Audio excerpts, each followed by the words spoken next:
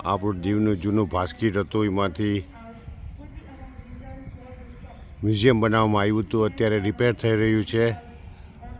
આ જુઓ સવારનો નજારો, પગથી બધી નવી થવાની લાગે છે. જુઓ આ ભાસ્કીટ અત્યારે રેનોવેશન થઈ રહ્યું છે. જુઓ